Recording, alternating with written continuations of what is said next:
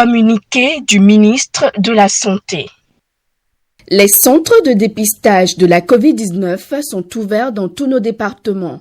Sauf pour les voyageurs qui payent leurs tests, le dépistage et le traitement sont entièrement gratuits au Bénin. Vous avez le moindre soupçon, vous ressentez le moindre symptôme, n'hésitez donc pas. Rendez-vous dans ces centres pour bénéficier d'une prise en charge adéquate et gratuite.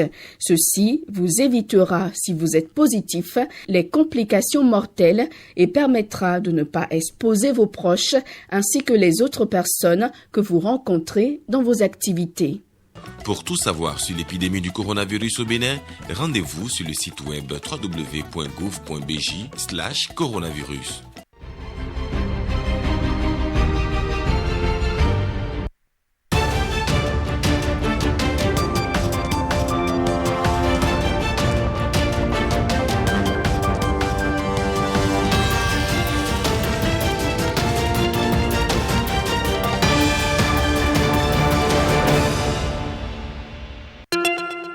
Attention, attention, la pandémie de Covid-19 n'est pas encore terminée. Le virus circule toujours.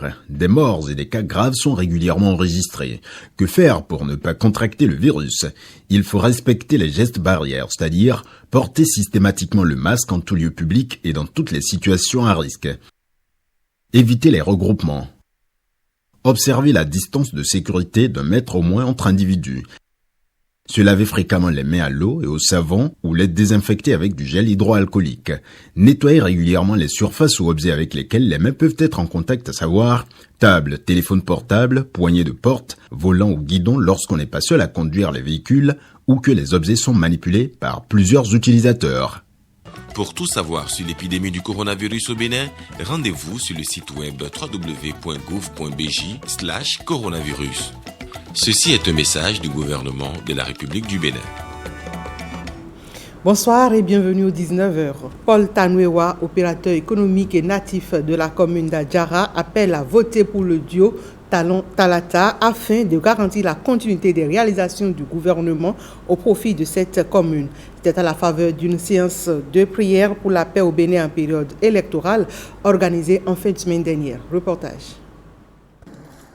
Maison des jeunes de la commune d'Adjara, militants et sympathisants des formations politiques acquises à la cause du duo Talon-Talata se retrouvent autour de l'opérateur économique natif d'Adjara, Paul Tanwewa.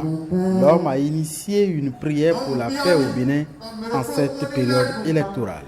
Nous n'avons autre pays que le Bénin et aucun de nous n'a intérêt à le brûler. Je voudrais que Adjara ne soit point un théâtre de violence, de provocation, d'incitation à la haine, d'affrontement entre nous-mêmes. Chacun doit faire le pari et dire la violence ne passera pas par moi.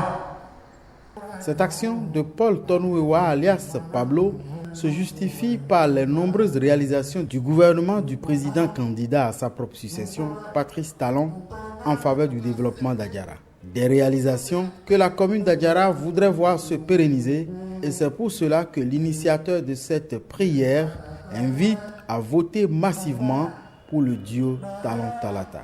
C'est pourquoi, dans un élan collectif de reconnaissance, nous devons tous voter à Adjara pour le chaos du duo Talon-Talata le 11 avril prochain.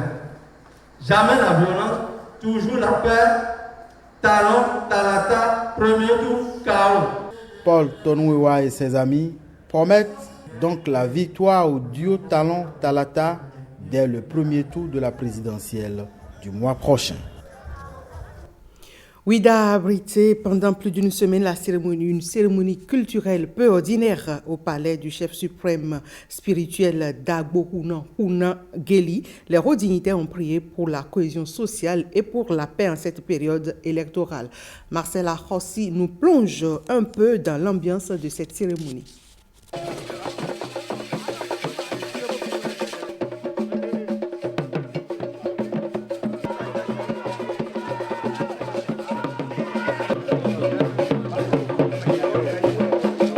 Un dernier tour et le bœuf sans une seule goutte de sang à terre, ne réagit plus. Ici, on dit qu'il a répondu à l'appel des ancêtres. Nous sommes à Guelewé, Ouida, en pleine cérémonie patrimoniale.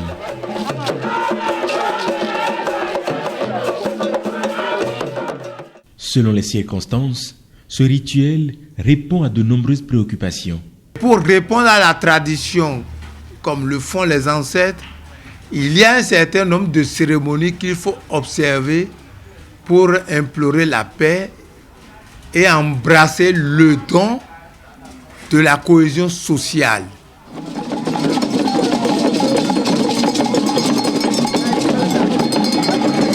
Voici une cérémonie d'une forte solennité. Après, il y a la cérémonie qu'on appelle Hunkplekple Yesu. Donc, c'est plusieurs divinités à qui on fait les observances spirituelles. La mobilisation autour de ces rites et rituels démontre toute leur importance, tant ils font redécouvrir les richesses d'une culture respectée à travers le monde. Ouida est très loin de perdre son identité.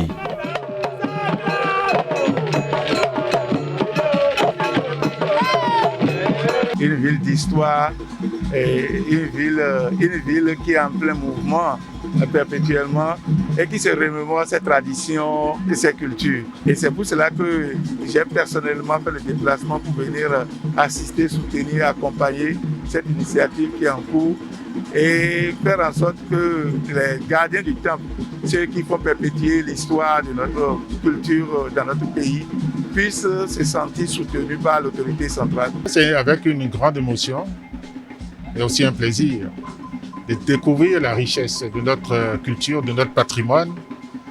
Je crois que c'est une occasion qui nous est offerte par Dada Dabo Kuna II, de venir célébrer à ses côtés la culture.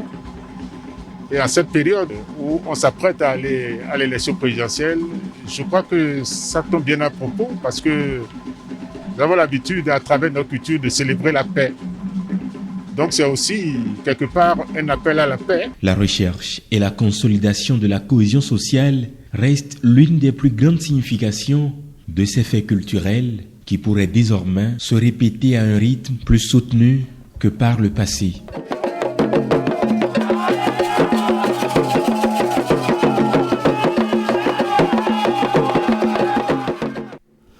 Un ouvrage sur la promotion de la paix durable et davantage en période électorale a été présenté aux étudiants de l'université d'Abomey-Calavi le samedi dernier. L'auteur entend ainsi contribuer à la culture de la paix au Bénin. Stanislas Limpon. Un ouvrage qui célèbre la paix et surtout la paix en période électorale. Le sujet est d'actualité et retient ici l'attention des étudiants. C'est un document de recherche, vous verrez dedans comment est-ce que le Bénin est un. Vous verrez dedans, surtout les pays en guerre, comment est-ce qu'ils souffrent. J'ai fait cette recherche-là avant d'écrire ce document-là. Donc, c'est pour d'abord les étudiants, parce que quand ça commence, c'est avec les étudiants d'abord. C'est les jeunes qu'on met au front.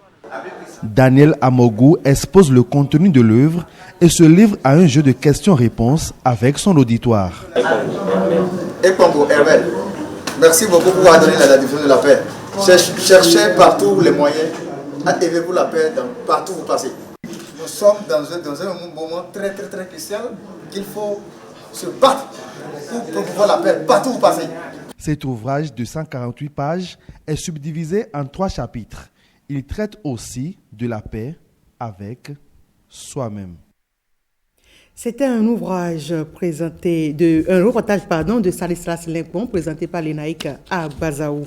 Voyons à présent la célébration de la naissance du prophète Mahomet par la communauté islamique de Yebouberi dans le 2e arrondissement de Parakou. L'initiative est de l'imam Wokaya Mohamed Youssouf de la mosquée centrale de Yebouberi. La dite célébration a connu la présence d'une forte délégation de hauts dignitaires religieux, traditionnels et d'autorités politiques, dont El Hadj Rachidi Badamassi en sa qualité de fidèle musulman. Reportage.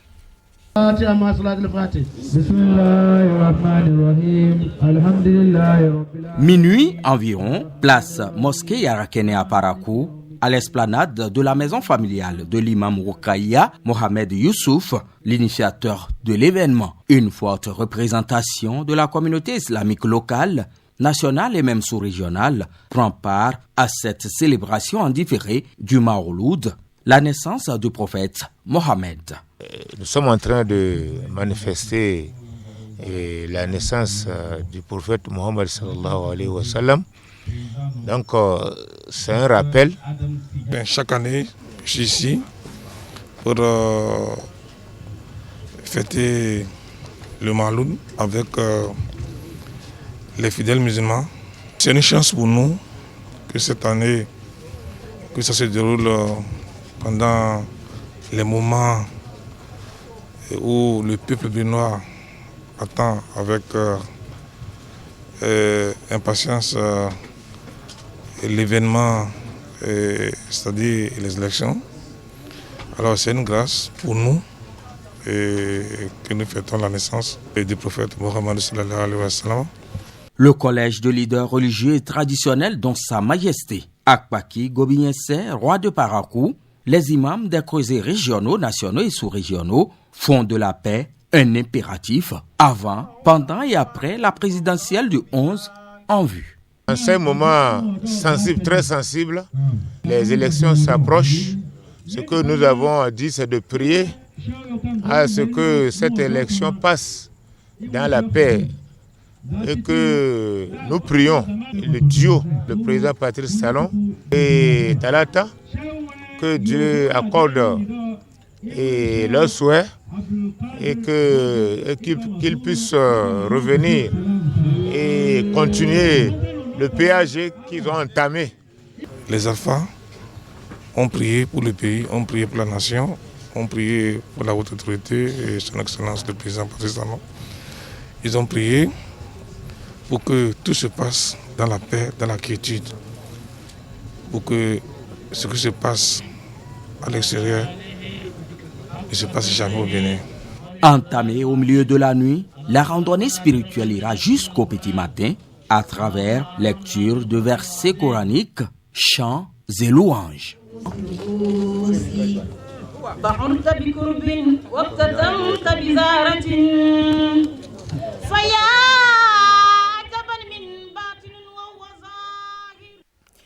Et dans le Koufo, la mise en place des cantines scolaires est saluée par tous les acteurs intervenant dans le système éducatif.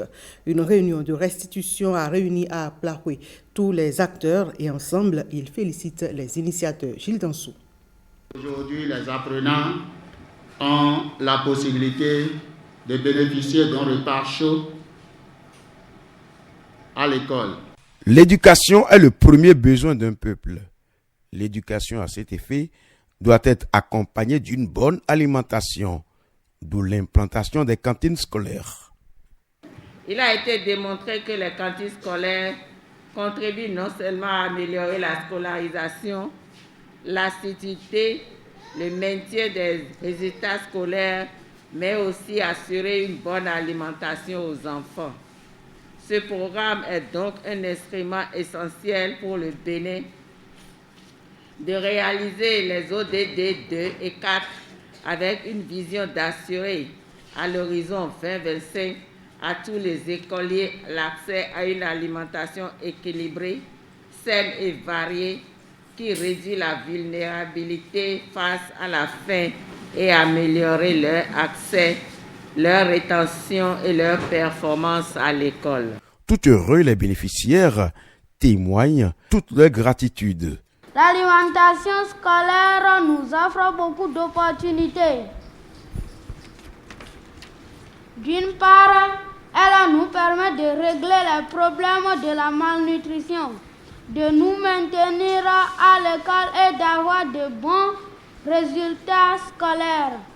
D'autre part, le fait de nous mettre ensemble pour partager un repas constitue un creuset d'apprentissage à la solidarité.